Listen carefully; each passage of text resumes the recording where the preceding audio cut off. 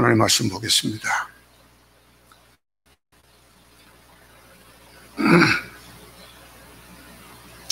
창세기 37장 1절부터 11절까지 말씀입니다.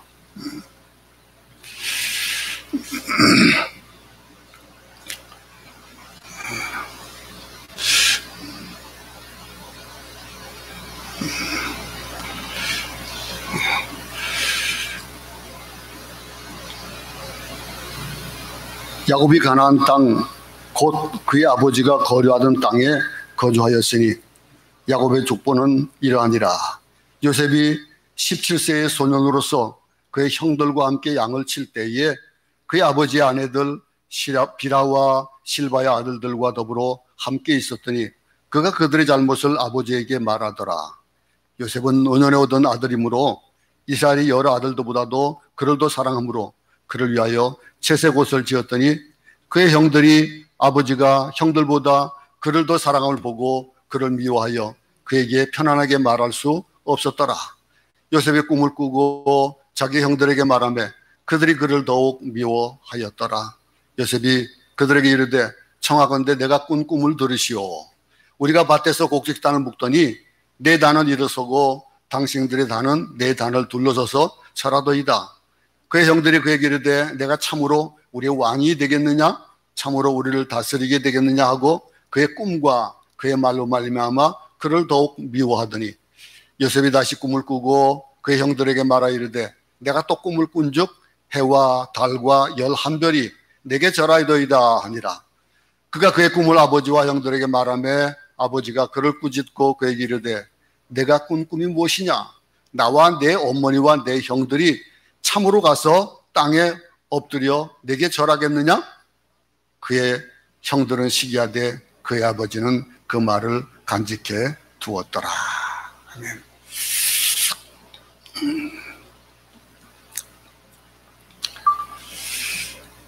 우리가 살아가면서 가장 닮고 싶은 인물들이 아마 있을 겁니다. 그 인물이 각자가 다를 것이고 또 어떻게 또 그 인물들이 살아왔든지 그런 것들 보면서 우리가 닮고자 하는 것들, 그런 것들이 많이 있을 텐데 그 인물 가운데 특별히 우리가 닮고 싶은 인물 중 가운데 한 사람이 오늘 본문의 요셉일 겁니다. 우리가 그동안 이 아브라함과 또 이삭과 야곱에 대한 생애를 뒤돌아봤거든요. 그들에게도 인간적인 실수는 있었지만 그들도 믿음의 조상이었습니다. 아브라함도 이삭도 야곱도. 근데 요셉의 삶을 볼 때마다 우리가 격려도 받고 또 용기도 또 감동도 받는 것은 그가 처한 상황 가운데서도 최악의 상황 속에서도 그 상황을 최선으로 바꾸는 데 있었던 것 같습니다.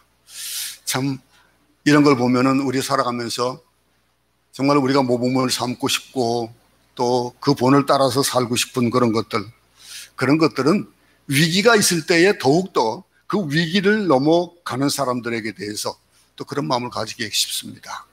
참 위기가 있을 때 우린 누구나 다 위기를 맞아요.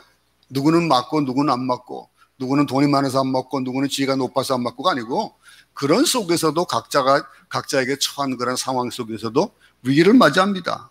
근데 그 위기를 바꾸어서 축복으로 바꾸느냐 아니면은 그 위기에 그냥 헤매고 있느냐, 거기에 따라 다를 겁니다. 요셉의 특징이 있습니다. 그는요, 살아가면서 정말로 남 환경도 탓하고 남도 탓할 만한 그런 여건들이 얼마나 많습니까? 그런데 그 속에서 조상 탓도 하지 않고요, 환경 탓도 하지 않고요, 누구 때문에라고 하지 않습니다. 근데 우리는 살면서 누구 때문에라고 하는 핑계를 참 잘 댑니다. 그런 것을 보면서도 요셉을 보면은 억울하고, 얼마나 억울합니까? 그 억울하고 어려운데도 무엇보다도 하나님을 탓하지 않았습니다. 우리는 그냥 안 보이는 하나님 왜 이럽니까? 라고 하는 그런 불평불만할 때가 참 많은데, 자신을 힘들게 했던 사람들, 그들도 원망하지 않았습니다. 누구 때문에? 분명히 그냥 인간적인 눈으로 보면 누구 때문에 어려움을 겪는 일도 없지 않아 있을 거예요. 그것이 남편이 되기도 하고 아내가 되기도 하고 또 자녀가 되기도 하고 우리 이웃이 되기도 할 터인데, 그런 것에 이 요셉은 원망하지 않았습니다. 거기에 우리의 감동이 있는 거예요. 거기에 우리가 그를 좀 닮고 싶다라고 할 수 있는 그런 겁니다. 이게 요셉의 생애를 살아왔던 생애들을 보면서 이걸 한 4가지 정도로 구분해 볼 수가 있다면은, 요셉은 어떤 사람이었을까? 요셉의 생애가 어떻을까? 그는 가만보면 정직한 사람이었던 것 같다라고 하는 겁니다. 정직한 사람이었다. 우리 시대는 지금 정직이 참 위기를 맞이하고 있습니다. 정직하지 않습니다. 정직하면 살아갈 수가 없고, 정직하면은 손해볼 수밖에 없는 그런 시대. 그런데 정직이 무너지면 다 무너지거든요. 정직하지 않으면은 그것이 살아날 수 있는 그런 방법들이 아무것도 없다는 걸 알아야 되는 겁니다. 요셉은 정직한 사람이었습니다. 그런가 하면 또 요셉을 바라보면서 우리가 오늘 찬양에도 불렀듯이 꿈입니다. 꿈. 그 요셉 하면 특징이 꿈이었어요. 그 꿈을 통해서 그 꿈을 이룰 줄도 알고 꿈을 꿀 줄도 알고 어떤 위기 속에서도 꿈을 간직했던 사람이 요셉입니다. 우리는 새해가 되면 꿈을 꿉니다. 올해는 각오도 하고 또 그 각오에 의해서 어떤 일들이 벌어질 것에 대한 것은 좋은 것들을 우리가 결과를 생각하고 꿈을 꿉니다. 근데 그 꿈을 그냥 간직만 하고 사는 사람이 있는가 하면은 그 꿈을 이루기 위해서 노력하는 사람들도 있어요. 근데 이 요셉은 어땠습니까? 이 어떤 위기 속에서도 꿈을 간직하고 그 꿈 붙잡고 살아왔던 것들을 우리는 이 요셉의 생애를 통해서 알 수가 있습니다. 요셉의 또 다른 특징은 하나님을 신뢰하는 믿음을 가지고 있는 거예요. 그 생애를 쭉 보면서 한 번도 하나님 원망하지 않았습니다. 하나님이 이루실 그 자기에게 주어진 그 꿈, 형들이나 아버지는 어떻게 그런 일이 있을 수 있냐라고 했어도 그 미움을 받으면서도 하나님을 신뢰했습니다. 그리고 그 요셉의 생애의 마지막 클라이막스를 가면은 어떤 일이 벌어집니까? 용서합니다. 그를 팔고 그 고난 가운데 처박았던 그런 형제들을 다 용서하고 그들을 돌봐주는 이런 이 요셉의 생애가 이 4가지 정도로 그 삶 전체를 이렇게 구분해 볼 수가 있을 겁니다. 형제를 사랑하고 모든 사람을 다 품고 나서 요셉은 그 생을 마무리합니다. 여러분, 우리가 이 정직한 사람, 또 꿈의 사람, 믿음의 사람, 용서의 사람, 이런 모습이 우리의 삶의 모습이 되었으면 좋겠다라고 하는 생각을 갖습니다. 올해도 이렇게 요셉을 바라보면서 정말 우리 모두가 다 정직한 삶을 삽시다. 그리고 이 모든 일들에 대한 것들을 우리에게 주신 그 비전을 붙잡고 꿈으로 살아가고, 그러면서 하나님을 신뢰하고 의뢰하고 그리고 용서의 삶을 살아가는 그런 우리가 되길 바랍니다. 이런 모습을 보일 수 있는 그런 분은 누굽니까? 예수님밖에 없잖아요. 그 예수님을 가장 닮은 사람이 요셉이지 않을까, 이런 얘기들을 많이 합니다. 요셉이야말로 가장 예수를 닮은 사람이다. 오늘 본문에 생각하고 싶은 것은 첫 번째 요셉의 정직입니다. 정직. 근데 정직이라는 것은 이거는 타고나야 돼요. 그것을 뭐 바꾼다고 되어지는 것도 아니고 노력한다고 되어지는 것도 아니고, 물론 노력해서 정직을 얻을 수 있어요. 그렇지만은 그거는 흔들릴 수가 있어요. 근데 천성이 정직한 사람은 변하지 않습니다. 우리 자녀가 이 정직한 기질이 있고 그 정직한 품성을 가지고 있기를 바라는 마음으로 부모님들은 기도해야 될 겁니다. 어떤 사람은 태어날 때부터 사기성을 갖고 태어나는 사람이 있어요. 그냥 말만 하면 거짓말이고, 말만 하면 남을 속이려고 그런 사람이 있어요. 남의 걸 뺏길 좋아하고, 아무리 노력해도 이 사기성에서 벗어나기가 쉽지 않습니다. 근데 그 사기성도 예수가 들어오면 변하잖아요. 근데 이 요셉의 아버지 야곱이 어떤 사람입니까? 이런 사기성을 가지고 있던 사람이에요. 그런 사람, 요셉을 공부해보면 아주 신기한 것이 많습니다. 어떻게 이렇게 야곱 같은 사람에게서 이런 요셉 같은 사람이 태어났을까? 아마 여러분들도 한번 그런 생각을 해볼 겁니다. 어떻게 나한테 이런 자녀가 있지라고 하는 그런 것들, 좋은 거를 물려주고 싶어도 또 좋은 것이 물려지지 않은 그런 모습이 있는가 하면은 정말로 내가 좋은 것이 아무것도 없는데도 불구하고 내 자녀는 그 좋은 것을 가지고 태어나는 거 보면서 어떻게 나 같은 그런 자에게 이런 아들이 태어날 수 있을까, 이런 거. 이 야곱 같은 사람에게서 요셉이 태어날 수 있냐라고 하는 거, 어떻게 보면 불가능한 일이에요. 왜? 보는 것이 맨날 그거고, 보는 것 속에서 그것이 자기에게 습득이 되어지고 그것이 행동으로 나타나고 그게 삶으로 바꿔지기 때문에 그래요. 이 야곱이라는 이름, 움켜진다는 그 이름, 그 사기꾼이에요. 그냥 움켜쥐기 위해서 에서의 장자권과 축복권을 훔쳤고, 또 그로 인해서 집을 떠나가지고 방황하는 생활을 보낸 사람이었고, 성경 보면 참 놀라운 것이 참 많습니다. 이삭에게서 야곱이 나온 것도 놀랍고, 야곱에게서 요셉이 나온 것도 놀라워요. 근데 성경은요, 이런 것들을 다 기록했어요. 좋은 것도 기록하고 나쁜 것도 기록하고 우리 삶 가운데서 정말로 본받지 말아야 될 것들까지도 다 기록이 되어 있는 그런 것들 봅니다. 정말 얼마나 놀라운지 몰라요. 부모와 상관없이 요셉처럼 될 수 있다는 거예요. 우리 삶에도 부모가 여러분이 따라가기 힘든 모습을 보여주고, 그래서 여러분들이 어려운 일을 많이 겪었다 할지라도 그 자녀들은 그걸 극복할 수 있다는 거. 반면교사로 삼아서 우리 부모님이 이렇게 살았으니까 나는 이렇게 살지 않아야 되겠다라고 하는 각오를 심어줄 수 있는, 나는 이렇게 살지 못했지만은 너는 이렇게 살았으면 좋겠다 하는 것 가운데 가장 중요한 뭘까요? 신앙을 심어주는 겁니다. 믿음입니다. 믿음대로 살아가야 되는 거. 요셉을 보세요. 신기할 정도로 요셉은 그 모든 환경을 다 뛰어넘었어요. 뛰어넘고 요셉은 아버지와 전혀 다른 기질, 전혀 다른 성품을 가지고 태어났습니다. 하나님은 그에게 천성적으로 거짓 없는 양심을 주셨다라고 하는 거. 오늘 우리 이 본문의 1절, 2절을 보면요. 야곱이 가나안 땅, 곧 그 아비의 우고하던 땅에 거하였으니, 거류하던 땅에 거하였으니, 이 족보를 얘기합니다. 그러면서 뭐라고 합니까? 요셉이 17세의 소년으로서 그의 형들과 함께 양을 칠 때 그 아버지 아내 비라와 또 실바의 아들들, 그들과 함께 있었다고 그랬거든요. 근데 그런 속에서 그가 그들의 잘못을 본 거예요. 보고서 뭐랬겠습니까? 그거를 아버지에게 말하였더라 그랬습니다. 쉽게 얘기하면 뭐라고 얘기할까요? 고자질이에요. 고자질. 그죠? 이 고자질. 이 본문의 요셉의 어릴 적 이야기는 소개되지가 않고 그냥 소년이 되어가지고 사춘기 를 겪는 17세의 예민한 그런 모습에서부터 소개가 되고 있어요. 어떻게 살았는지 모르겠습니다. 물론 살아왔던 나날들이 뭐 기록은 안 돼 있다 할지라도 어떤 삶이었는지 유추해 볼 수 있을 겁니다.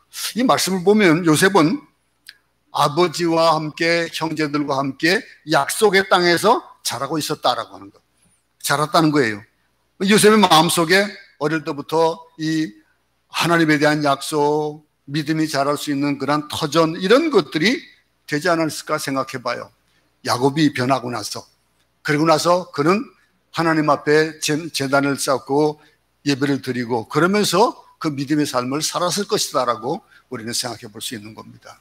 근데 그런 것들을 보면서 그 분위기 가운데 자랐던 거예요. 그런 것들을 이 삶을 통해서 보면은 아마 그랬을 것이다라고 하는 거. 그러니 우리 자녀들이 어떤 분위기에 자랐는가 하는 것, 이거 굉장히 중요하다는 얘기예요.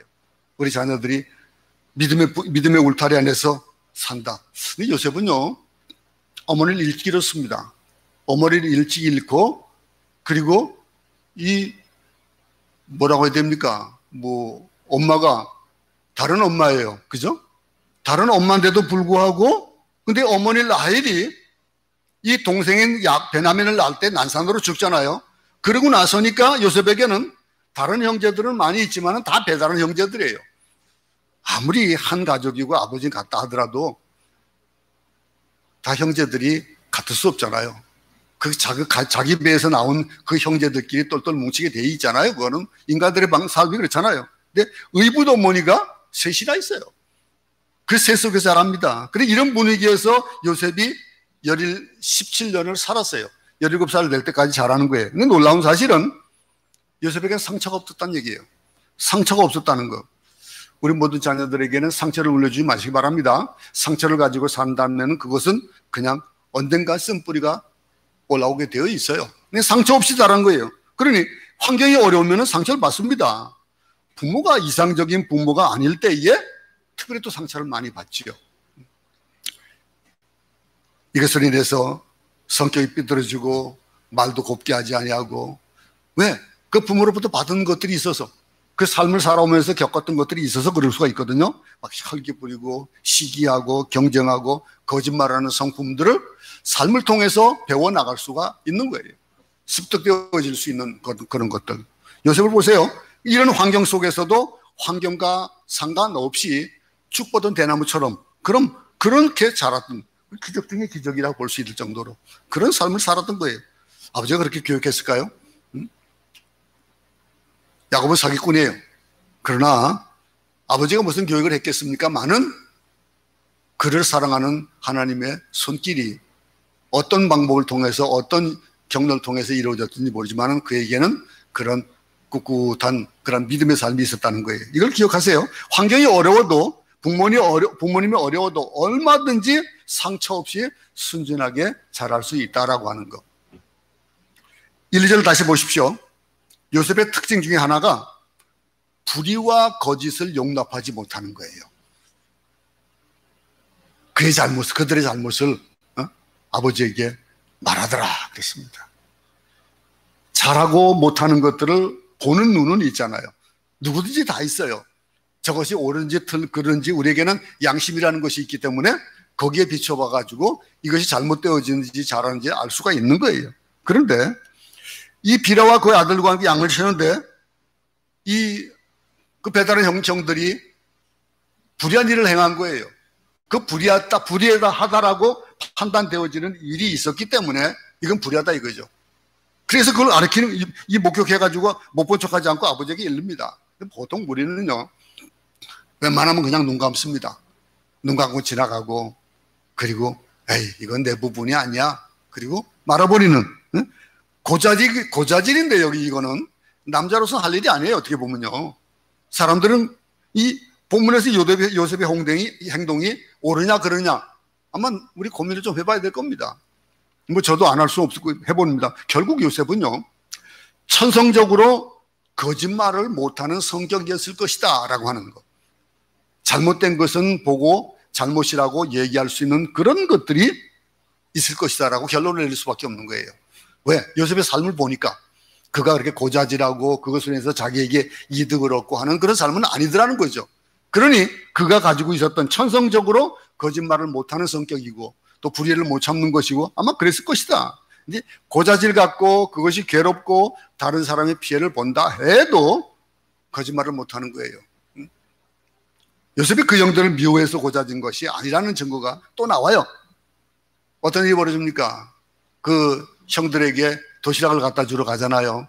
그죠? 도시락을 갖다 주러 가는데 뭐 요즘같이 이렇게 가까운 곳이 있는 것이 아니고 그들은 풀을 찾아서 목축업을 하기 때문에 산을 넘고 들을 넘고 먼 거리까지 이동을 합니다.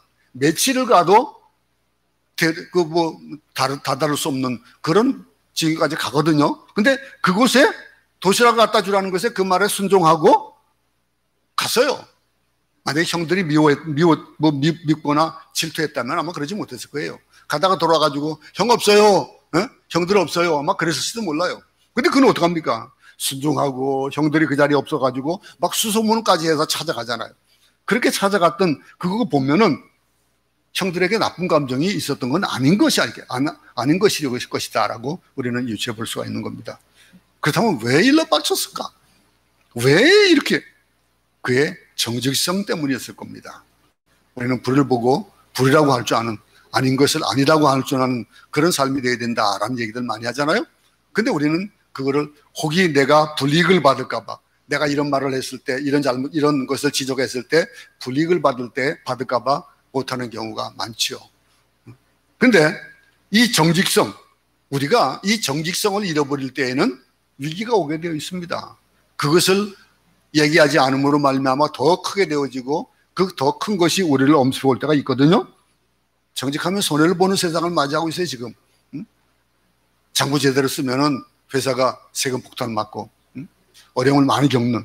근데 알면서도 모른 척하고 보고도 보지 않은 척하고 사건도 해석을 반대로 하고 그렇게 해가지고 현실을 지혜롭게 산다라고 착각하게 만드는 것이 요즘의 작금의 세상입니다. 그 세상 속에 살아가면서 우리가 그런 기도를 하잖아요. 우리 민족을 위해서 기도할 때도 우리 민족성에게 정직이 있게 해주세요 라고 하는 거. 요즘은 정직을 찾아보기가 참 쉽지 않습니다. 어떻게든지 자기에게 이익이 되는 쪽으로만 생각하고, 교회가 가지고 있는 최대의 위기는 예수를 잘못 믿는 것이 아니라 교인들이 정직하지 못하다는 것에 있어요. 요즘 특별히 더 그럴 수 있는 게 우리가 예배를 통해서 정직해야 되는 게 있습니다. 예배를 드리면은 지금 이제 영상으로 예배드리는 분도 지금 계십니다만은, 영상으로 예배를 드리면서 내 모습을 한번 확인해 볼 수 있기 바랍니다. 내가 지금 어떤 자세로, 어떤 의복을 입고, 어떤 상태로 예배를 드리고 있는가. 짐짓 안 보이거든요. 만약에 목사가 이렇게 보고 있다라고 하면은 아마 예배 드리는 자세도 다를 거예요. 복장도 다를 거예요. 그런데 우리가 예배 드린다라고, 하나님은 안 보이지만은 하나님은 다 보고 계신다라는 거, 이런 거 한 가지를 봐도 우리는 이 정직이 얼마나 중요한지를 알 수가 있는 겁니다. 눈에 안 보인다고 해가지고, 요셉의 생애를 통해서 발견하는 것은 이 요셉이 정직했을 것이다 라고 하는 거, 정직함 때문에 이렇게 아버지에게 말했을 것이다 라고 하는 그런 것들로 우리가 이 본문을 해석해 보면서 우리는 정직한 삶이 있어야 되겠다라고 하는 겁니다. 근데 요셉은 아버지의 사랑을 참 많이 받고 자랐잖아요. 그것이 오늘 본문에 나타나 있습니다. 이 요셉의 생애를 통해서 아버지의 지극한 사랑을 받은 것이 이어서 3절과 4절입니다. 보십시오. 요셉은 노년에 얻은 아들이므로 이스라엘의 여러 아들들보다 그를 더 사랑함으로 그를 위하여 채색 옷을 지었더니 그의 형들이 아버지가 형들보다 그를 더 사랑함을 보고 그를 미워하여 그에게 편안하게 말할 수 없었더라. 이 구절을 보면요, 요셉에게 문제가 있는 게 아니에요. 요셉의 문제가 있는 것이 아니라 아버지에게 문제가 있다라고 하는 것을 알 수가 있어요. 아버지 야곱이 요셉을 편애했다라고 하는 거예요. 근데 성경은요, 그 뒤에도 계속 이스라엘이라고 나옵니다. 이 말을 꼭 명심할 수 있기 바랍니다. 이제는 그 야곱이 이스라엘입니다. 이스라엘이 되어진 것, 우리에게도 마찬가지죠. 그렇다면은 이 요셉에게 채색 옷을 입히니까 다른 형제들이 시기하고 질투했어요. 말도 험하게 한 거예요. 그리고 그런 상황이 여기 벌어지고 있는 겁니다. 야곱이 요셉을 편애했다? 이해할 수 있죠. 여러분 이해 못하겠습니까? 어릴 때에 엄마를 잃었습니다. 엄마를 잃고 또 그 엄마가 누굽니까? 사랑하던 여인이 낳은 아이예요. 지금 자기가 가장 사랑하던 그 여인이 낳았다. 그러니 요셉을 더 사랑할 수밖에요. 그러니 어머니가 일찍 죽었기 때문에 아버지로서 정말 안타까운 마음으로 누구보다도 더 챙겼을 것이라는 것이 오늘 본문의 3절에도 나타나는 거예요. 그를 위하여 채색 옷을 지었더니, 성경을 보면은 여러 아들들보다도 그를 더욱 깊이 사랑했다 그랬습니다. 이 채색 옷은 그냥 그 당시에 채색 옷이라는 거, 그거는 굉장히 값어치 있는 그런 비싼 옷이에요. 그러니 그를 위해서 이렇게 비싼 옷을 해 입혔다라고 하는 거, 이걸 보면서 우리가 몇 가지를 배울 수 있을 겁니다. 편애한다라고 하는 거, 그거는 자녀들에게 갈등을 주는 거예요. 서로 미움을 만들어내는 것이고, 또 편애한다는 거, 그건 가정의 불화를 가져옵니다. 근데 어쩔 수 없잖아요. 부모로서 어떤 자녀, 물론 이제 몇 손가락 깨물어서 안 아픈 뭐 손가락이 있냐 말을 하지만은 그래도 앞서가는 그런 편애가 아마 없을래야 없을 수 없을 겁니다. 다 있습니다. 특별히 아내가 죽은 그런 엄마가 없는 아이를 키워온 그 아버지로서의 그 사랑이 보여지는 거예요. 근데 이 본문을 통해서 우리가 배우는 것은 그럼에도 불구하고 편애해서는 안 된다는 거예요. 똑같이 나눠줘야 된다는 거. 여기서 여러 각도로 이제 야곱의 편애를 보고 싶은데, 배다른 형제들의 입장에서 보면은 아버지의 편애는 뭡니까? 몹시 불편한 거예요.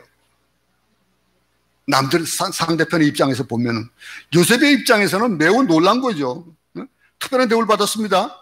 아버지에 대한 요셉의 감정은 어땠을까요? 아마 그 요셉은 그렇게 생각했을 거예요. 아버지는 내가 무슨 잘못을 저질러도 다 용서해 주실 거야. 그런 마음을 가지지 않았겠어요? 자기가 사랑을 받고 사는 그 사랑에 대해서 그런 믿음이 있었을 거예요. 그런가 하면은 또 아버지가 나라를 사랑한다? 이거 확실하다 이거예요. 형제들에게 안 주는 채색옷을 나에게 입히고, 이거 의심할 여지가 없다. 이렇게 믿었을 겁니다. 그런 삶을 그는 살아왔어요. 그럼 그런 삶을 사는 사람은 어떤 그런 삶이 되어지겠습니까? 비틀어지겠습니까? 비틀어질 수가 없어요. 네? 사랑을 많이 받고 자란 사람은요, 삶 가운데서 사랑으로 나타내게 되어 있습니다. 아마도 이 요셉이 생각했던 이 믿음, 아버지는 나를 사랑하신다. 나가 무슨 일을 하더라도 나를 용납하실 것이다 라고 하는 이런 자신감을 키워주는 그런 삶이었다는 거죠. 이게 굉장히 중요한 건데, 부모가 자신을 어떤 경우에도 용서하고 사랑한다는 믿음을 가지고 자란다? 그건 아이의 미래를 결정하는 일입니다. 우리는 아이들에게 아무리 잘못을 해도 그에게 사랑받고 있다는 느낌을 줄 수 있는 그런 사람들이 되어야겠다라고 하는 겁니다. 우리의 비극은요, 살다 보면 거절감이 참 얼마나 큰 비극을 만들어내는지 몰라요. 부모가 나를 거절하고 사람들이 나를 믿어주지 않는다. 그럴 때 그들은 삐뚤어나가게 되는 겁니다. 세상에 어려운 일들 만들어내는 사람들 보면은요, 다 뭔가 쓴뿌리가 있어서 그 쓴뿌리가 올라오므로 그런 일들을 벌입니다. 나를 이용했다. 나는 이용당했다. 나를 사랑한 척했지만 나를 이용하려고 사랑했다라고 하는 것. 그럴 때 인격의 위기가 오겠죠. 그리고 누군가 나를 정말 사랑한다? 자신을 죽일 만큼 나를 사랑한다? 라고 하는 마음. 이 사랑이 진짜라는 그 믿음이 생기면은요, 변하게 되어 있습니다. 예수님이 나를 사랑하셨다? 목숨을 내어놓는 사랑이었다? 라고 하면은 우리는 그를 위해서 우리의 삶이 바뀔 수밖에 없다는 것. 그것을 오늘 우리는 또 다시 한번 생각해 봅니다. 요셉에게는 아버지가 자신을 사랑한다는 확신이 분명했을 겁니다. 그 분명한 것이 있으니까 사랑받고 자란 반면에 다른 형제들은 어떻습니까? 불신 속에서 자랐다라고 생각해 볼 수 있는 거예요. 그 다른 형제들이 어떤 삶을 살았을까요? 이게 구원의 차원에서도 이야기할 수 있습니다. 하나님의 사랑은 편합니다. 하나님의 사랑은요, 정말 편해요.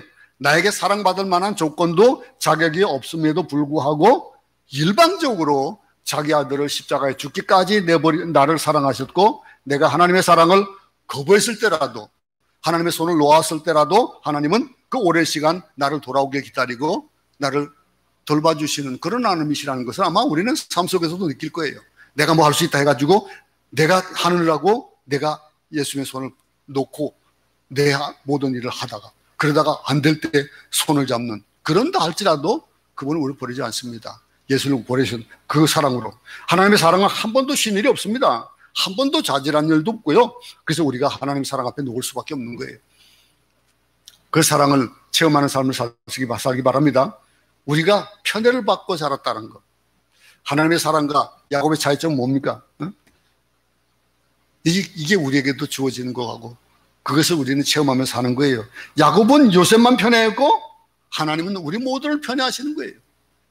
불신자들과 불신자 이렇게 딱 나눠놓고, 하나님은 깊이와 넓이와 크기를 측량할 수 없는 사랑을 무조건 쏟아부어 주시는. 근데 요셉은 야곱은 요셉에게만 한정된 사랑을 부었을 거예요. 우리가 부모의 신뢰와 사랑을 받고 자라는 자녀, 그런 자녀들이 여러분의 자녀가 되길 바랍니다. 그러기 위해서는 우리가 그런 사랑을 해야 된다는 얘기예요. 한 번도 부모의 따뜻한 사랑과 용서를 받지 못하고 자란 자녀는 불행해질 수밖에 없고요. 그 미래는 그렇게 되어져 갈 겁니다. 그런 결과가 나타나게 돼 있어요. 그렇다면 우리는 자녀를 위해서 기도하는 것을 쉬지 말고 자녀를 사랑하는 그 사랑을 조금이라도 잠시라도 놓을 수는 없다는 겁니다. 하나님은 여러분을 편애하시고 부모는 나를 버릴지라도 하나님은 나를 버리지 않는다라고 하는 이런 것들. 또 한 가지는 요셉은 어떤 사람이었습니까? 두 번째, 우리가 요셉의 삶을 보면서 그런 꿈을 가진 사람이었다라고 하는 거. 그를 얘기할 때 우리가 그냥 딱 떠오르는 건 꿈이에요. 요셉 하면 꿈이 떠오릅니다. 이게 어린 소년 시절의 특징이에요. 정직하게 자라고 사랑을 받고 자랐고 꿈을 먹고 자랐습니다. 5절부터 10절까지 쭉 읽어보겠습니다. 시작. 요셉이 꿈을 꾸고 자기 형들에게 말하며 그들이 그를 더욱 미워하였더라. 요셉이 그들에게 이르되 청하건대 내가 꾼 꿈을 들으시오. 우리가 밭에서 곡식단을 묶더니 내 단은 일어서고 당신들의 단은 내 단을 둘러서서 철하더이다. 그의 형들이 그에게 이르되 내가 참으로 우리의 왕이 되겠느냐? 참으로 우리를 다스리게 되겠느냐 하고 그의 꿈과 그의 말로 말미암아 그를 더욱 미워하더니 요셉이 다시 꿈을 꾸고 그의 형들에게 말하 이르되 내가 또 꿈을 꾼즉 해와 달과 11별이 내게 절하더이다 하니라. 그가 그의 꿈을 아버지와 형들에게 말하며 아버지가 그를 꾸짖고 그에게 이르되 내가 꾼 꿈이 뭐냐? 나와 내 어머니와 내 형들이 참으로 가서 땅에 엎드려 내게 절하겠느냐 그랬습니다. 요셉은 정직했습니다. 사랑을 받고 자랐습니다. 근데 가장 큰 특징이 뭡니까? 오늘 제목이 뭡니까? 비저너리 요셉입니다. 비전을 가진 사람이에요. 비전의 사람이었어요. 그 꿈은 지금 이루어지는 것들이 아니고 지금 현재 눈으로 목도되고 그래 지금은 생각하면 아무 될 수 없는 것들이었지만은 장래 그 일들이 다 이루어졌잖아요. 그러니 이 꿈을 꾸며 사는 거예요. 17살 때 얘기입니다. 17살 때 평생에 있어서 잊을 수 없는 꿈을 꾸게 되는 거예요. 이 꿈을 어떻게 잊겠습니까? 이 꿈 때문에 요셉은 뭘 당합니까? 역경도 당해요. 모함 속에서 그 위기 속에서 살아남을 수 있는 것들이 바로 이 꿈에 대한 비전을 그는 가슴속에 품고 있었기 때문에 그랬다라고 하는 것들이 계속해서 이 요셉의 그 삶을 창세기 쭉 보면서 우리가 알 수 있잖아요. 그겁니다. 꿈을 꾸는 사람은요 눈이 반짝반짝합니다. 비전 있는 사람은요 배고파도 반짝거리고 실패도 반짝거리고 꿈이 있는 민족은 망하지 않는 자 그러잖아요. 꿈이 없는 민족, 꿈이 없는 사람은 그 미래가 정해져 있다라고 하잖아요. 꿈 있는 사람에게는 미래가 있습니다. 여러분 어떤 꿈을 꾸고 있습니까? 올 한 해 이제 시작했습니다. 이 시작한 이 날에 우리가 꿈이 없다면은 그냥 그렇게 하루하루 살다가 그냥 끝나버린다면은 어떤 그런 삶이라고 나중에 그걸 평가를 받을 수 있겠습니까? 우리 모두에게 성령의 꿈, 하나님의 꿈이 있길 바랍니다. 올 한 해는 2021년은 우리가 요셉과 같이 꿈을 꾸는 그런 어떤 비전을 향해서 나가는 비전너리가 되어주기를 간절히 바랍니다. 그럼 요셉의 꿈은 어떤 것입니까? 좀 특이합니다. 꿈에는 두 종류가 있거든요. 내가 만드는 꿈이 있어요. 사람이 만드는 꿈. 내가 무엇이 됐으면 좋겠다. 가난하게 산 사람은 내가 부자가 되고 싶다. 이게 인간의 꿈입니다. 그런데 나로부터 온 꿈이 있는가 하면은 하나님으로부터 온 꿈이 있다는 거예요. 여러분들도 삶 속에서 그런 걸 느끼지 않아요? 내가 추구했던 것이 아닌 하나님이 추구한 그것, 우리에게 소원을 주시고 그 기쁘신 뜻대로 이루신다라고 하는 그 일들을 여러분 체험해 보잖아요. 우리는 내가 꿈을 꾸는 꿈을 가르쳐가지고 뭐라 합니까? 백일몽이라 합니다. 일장춘몽이라고 그럽니다. 근데 요셉의 꾼 꿈은요, 자기가 만든 꿈이 아니에요. 자기가 만든 꿈이 아니고 하나님이 주신 꿈이었습니다. 여기서 중요한 정의를 우리가 내려야 되는데, 크리스찬이 꾸는 꿈은, 우리 모두가 꾸는 꿈은 하나님이 주시는 꿈이라는 거. 그걸 믿을 수 있기 바랍니다. 내가 이거 이럴 수 있을까? 근데 하나님이 하게 하시잖아요? 그럼 그 일은 이루어진다는 것을 믿는다라고 하는 거.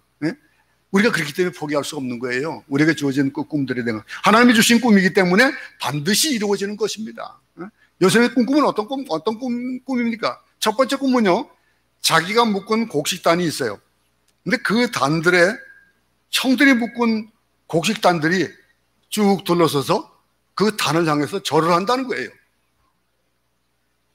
이 말을 들은 형들은 어떻습니까? 이 말이 됩니까?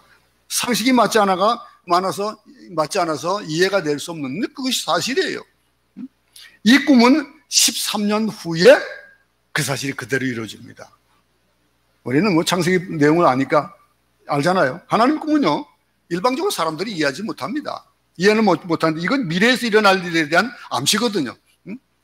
꿈의 본질을 이해하지 못하면은요, 사람을 미워하고 분노하고 시기하고 공격하고, 이게 하나님이 주신 꿈의 특징이에요.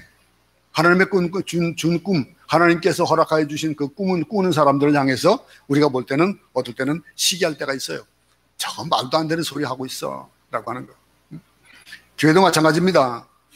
우리 교회를 향한 하나님의 꿈이 있습니다. 그래서 이 교회를 통해서 이루실 일들, 우리는 지난 세월을 보면서 우리 교회가 행했던 일들 알잖아요.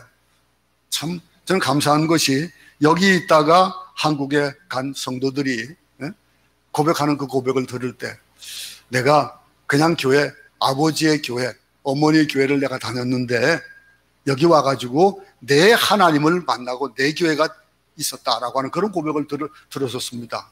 그리고 그 고백을 전해드릴 때 얼마나 감사한지 몰라요.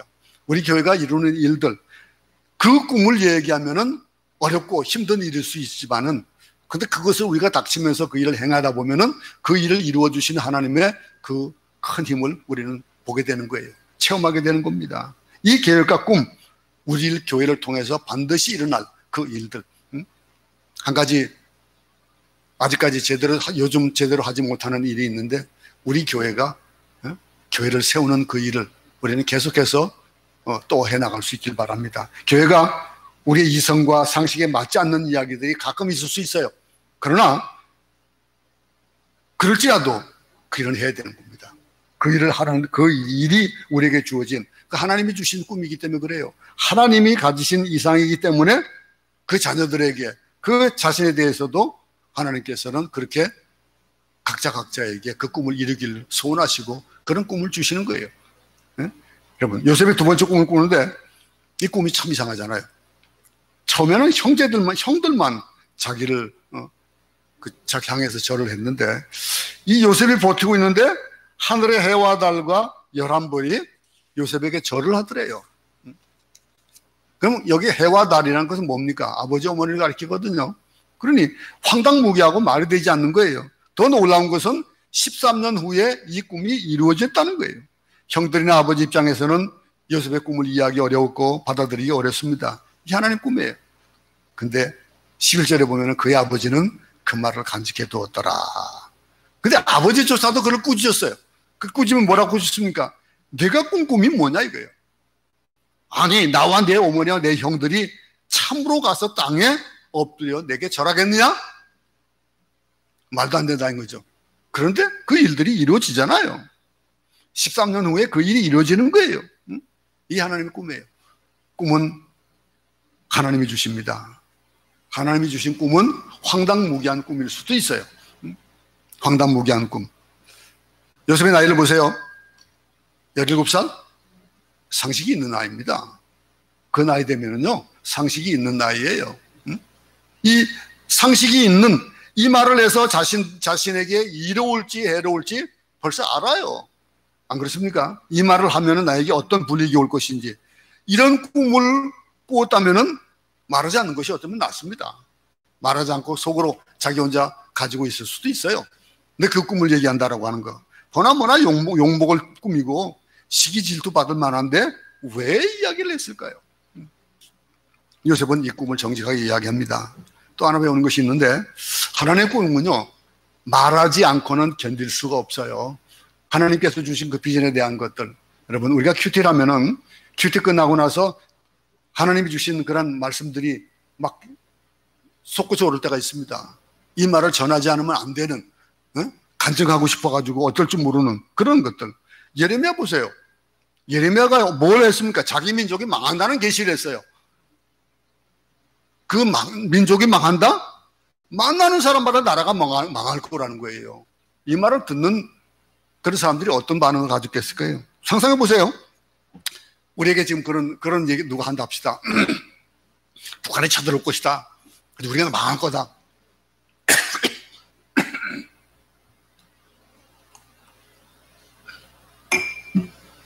여러분 같은 건 어떨까요? 그 말이 통하겠습니까? 요즘 같으면 뭐라고 얘기할까요? 꼴통보수. 아마 요즘 그럴 겁니다. 그죠?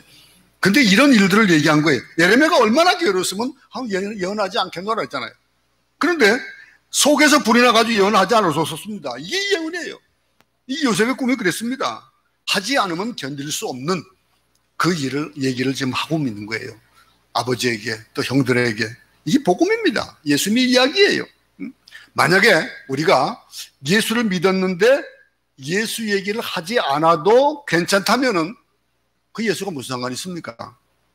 그 예수 그냥 나만 가지고 있는 예수? 그건 무슨 의미가 있어요?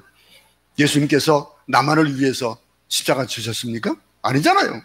복음을 전하지 않아도 두 다리 뻗고 잘 수 있는 것, 이건 복음이 아닙니다. 하나님을 전하지 않아도 좋은 것은 하나님이 아닙니다. 복음. 요즘 저희가 이제 어제부터 그 2주간 동안 우리 선교사들 신년 사경회가 있습니다. 거기에 중심이 뭐냐면은 어느 한 교회가 그 교회가 가지고 있었던 그 비전을 이웃 교회와 나누고 그것을 나눠서 세계를 향해서 그 복음을 들고 나가는 그런 일들을 하고 있습니다. 그 지금 하고 있는데 저는 예배 시간 때문에 좀 들어와 있는 거예요. 12시 반까지 계속 합니다. 그런데 그 중심이 뭐냐면은 예수 그리스도, 그는 메시아다 이거예요. 예수 그리스도가 메시아라고 하는 거 한번 생각 잘 해보셨습니까? 세계 지금 저 남미 쪽에 그 유럽 쪽에 지금 어떤 부흥운동이 나면 예수가 메시아라고 하는 이 일에 대해서 다시 한번 그걸 깨닫는 목회자들이 지금 들고 일어나는 그런 전도에 대한 그런 것들을 지금 이제 사경을 공부하고 있습니다. 예수 그리스도만이 길이요 진리요 생명이다. 그 예수가 나의 메시아다. 나의 구원자가 되신다. 그런 믿어야 천국 간다라고 하는 거. 이 일에 대해서 말하지 않을 수 없노라라고 하는 거. 이 일이에요. 그를 믿으면 천국 간다. 이건 꿈이 아닙니다. 이거는 현실입니다. 꿈을 얘기한다? 그러면 그것을 이루어지지 않을 것이니까 얘기하지 말라는 말이 있을 수 있겠지만은, 그러나 현실은 지금 배워지는 일인데 그걸 얘기하지 않는다? 상식에 맞지 않고 다른 사람의 상식에 맞는 그런 꿈을 구분한다면은 어떤 일이 벌어지겠습니까? 상식에 맞지 않아도 그것이 우리에게 필요한 것이라면은 목숨을 내걸고 그 일을 지켰던 우리 믿음의 선조들이 했던 일들을 우리는 따라야 된다는 거예요. 요셉 보세요. 요셉을 꿈의 사람이라고 말할 때 그는 그 꿈에 대해서 타협할 수 없는 꿈을 꾸고 있었습니다. 지울 수 없는 꿈이고 말하지 않으면 안 되는 꿈을 꾸었던 거예요. 하나님이 주신 꿈은 날이 갈수록 선명해지는 거예요. 우리는 꿈 꾸고 나면은 잊어버립니다. 자기가 지난밤에 꾼 꿈조차도 잊어버리는 거예요. 그런데 비전을 받은 꿈에 대한 것들은 어떻습니까? 그것이 곱씹어지면 곱씹어지고 계속해서 더 선명해지는 것이 하나님의 꿈이에요. 이게 특징입니다. 우리가 예수를 처음 믿었을 때 그 감격, 시간이 간다고 없어지는 게 아니거든요. 그것이 잊어진다 한다면 그럼 다시 한번 또 어떤 계기를 통해서 또 일어나게 되고, 그래서 그것이 점점 더 확신되어지고 그 감동은 새롭게 되어지는 겁니다. 하나님이 주신 것이기 때문에 그렇습니다. 꿈 얘기를 하면 사람들이 환영하지 않아요. 그 일들이 자기들에게 이익을 주는 것이 아니기 때문에 더 그렇습니다. 여기 형들은, 아버지는 어땠습니까? 절한다니까 말이 안 된다는 거예요. 이 하나님의 꿈에 대한 그런 특징이에요. 형들도 비판하고 아버지도 비판합니다.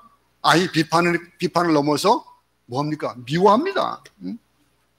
꿈을 가진 사람은 외롭습니다. 외롭더라도 그 꿈을 품고 그 꿈을 이야기할 수 있는 그런 삶이 되어야 된다는 거예요. 그가 가는 곳마다 거부가 일어날 수도 있어요. 근데 그렇지만은 그 꿈을 갖고 사는 거예요. 노아가 방주를 지었습니다. 방주를 지을 때에 하나님의 그 어떤 일들을 벌어질 것인지에 대한 것들, 그런 꿈을 갖고 바다에다 방주 지으면 누가 뭐라 그럽니까? 근데 이 산에다가 그것도 모양도 이상하게 짓는 그런 방주, 그 방주를 짓는다? 아무도 그 꿈의 용도를 몰랐습니다.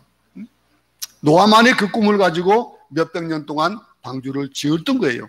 아브라함은 믿음의 조상이 되는 꿈을 가지고 있었고, 우리에게는 어떤 꿈이 있습니까? 올 한 해 어떤 꿈을 꾸는지 그 꿈을 가질 수 있기 바랍니다. 하나님이 주신 그 꿈을 우리는 가질 수 있기 바랍니다. 우리가 만든 꿈이 아닌 하나님이 주신 꿈, 새하늘과 새 땅의 꿈, 통일의 꿈, 세상이 변하는 꿈, 선교지가 뒤집어지는 그런 역사가 나는 그런 꿈. 사람은요, 밥이 아니라 꿈을 먹고 사는 사람이다, 그런 얘기가 있잖아요. 동물의 특징은 비전이 없습니다. 그저 하루하루 그냥 먹는데 급급하고 살아가는 거예요. 우리가 꿈이 없다면 동물과 뭐가 다릅니까? 다른 것이 없는 거예요. 먹고 자고 쾌락 누리고 물질에 만족하는 것, 그 이상도 그 이하도 아닌 그런 아무것도 아닌 그런 삶을 살겠습니까? 이 한 해 동안 우리가 어떤 삶을 살겠습니까? 죽는 순간까지도 꿈을 이야기할 수 있는 꿈의 사람, 믿음의 사람, 환상의 사람은 미래를 엽니다. 세상을 변화시킵니다. 그 세상을 변화시키는 그 변화하는 사람, 그것이 비전너리입니다. 우리 모두가 그 비전너리가 되기 바랍니다. 우리 삶 속에서 예수님이 십자가 지는 꿈이 있었기 때문에 십자가를 질 때 예수님은 거부하지 않으셨습니다. 십자가 앞에 당당히 나가셨습니다. 우리에게도 하나님의 음성을 듣지 못하는 이유가 있는데 그 이유가 뭡니까? 내 목소리가 크면 다른 사람의 목소리가 들리지 않습니다. 내가 추구하는 것이 더 크면 그 비전이 안 보이는 거예요. 하나님의 비전이 보이고 하나님의 음성이 들리고, 그래서 그 음성대로, 그 비전대로 이 한 해를 살아가는 우리 모두가 되기를 간절히 소원합니다. 하나님 아버지, 사랑하는 성도들이 요셉처럼 정직한 사람, 꿈의 사람, 용서의 사람으로 변화되게 하여 주시옵소서. 우리 성도들의 삶에 꿈이 가득 차는 그런 영광된 삶이 되어지도록 이 한 해가 주님이 주신 그 꿈을 붙잡고 그 꿈의 비전을 가지고 살아가는 비전너리가 되어지는 우리 모두가 되도록 도와주시옵소서. 예수님 이름으로 기도드렸습니다. 아멘. 주기도로 얘기를 마치겠습니다. 하늘에 계신 우리 아버지여, 이름이 거룩히 여김을 받으시오며 나라에 임하옵시며 뜻이 하늘에서 이룬 것 같이 땅에서도 이루어지이다. 그러니까 우리의 죄를 용서해 주십시고 우리를 시험에 들게 하지 마옵시며 다만 악에서 구하옵소서. 나라와 권세와 영광이 아버지께 영원히 있사옵나이다.